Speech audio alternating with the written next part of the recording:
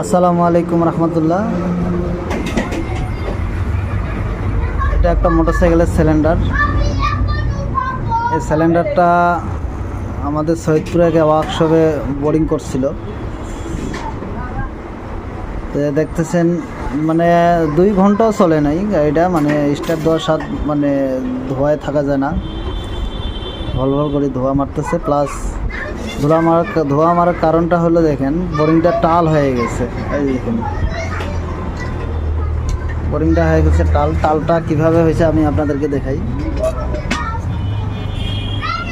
এটা হলো এই টেপার, এই পাশের টেপারটা অনেক বড়, দেখেন এদিকে টেপার বেশি বড়, আর এই পাশে টেপার নাই, এই পাশে টেপার কম, অর্থাৎ এই পাশে কাটছে বেশি, এই পাশে কাটছে কম, বোরিংটা টাল হয়ে গেছে।